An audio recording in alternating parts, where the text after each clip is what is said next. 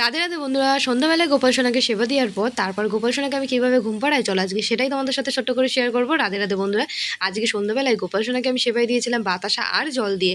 তো প্রত্যেক দিনই কিন্তু আমি নিজের হাতে করে গোপাল সোনাকে 3 বেলায় আমি খাইয়ে দিই। তো জল বাতাসা খাইয়ে দেওয়ার পর মুখটা কিন্তু মুছিয়ে দিয়েছি, আর গোপাল সোনার বিছানাটাকে কিন্তু এখন আমি রেডি করে নিয়েছি। তো চলো বিছানার ভেতরটাকে এখন সুন্দর করে বালিশ টালিশগুলোকে ঠিক করে দিই। তো এখন যেহেতু প্রচণ্ড প্রচণ্ড পরিমাণে গরম পড়ছে, গোপাল সোনার কিন্তু প্রচুর গরম লাগবে। তো সেই জন্য কিন্তু আমি মাথার চুল, মুকুট, বাঁশি, হার, কানে সব কিছু খুলে দিলাম। তো খুলে দিয়ে কেন ঘুম পাড়াচ্ছি জানো? এখন এই গরমের মধ্যে এত কিছু যদি পরে গোপাল সোনা ঘুমায় তাহলে গোপাল সোনার প্রচুর গরম লাগবে।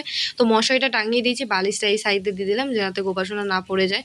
তো বালিশটা দিয়ে চারি সাইড দিয়ে কিন্তু গুজে দেবো এখন আমি।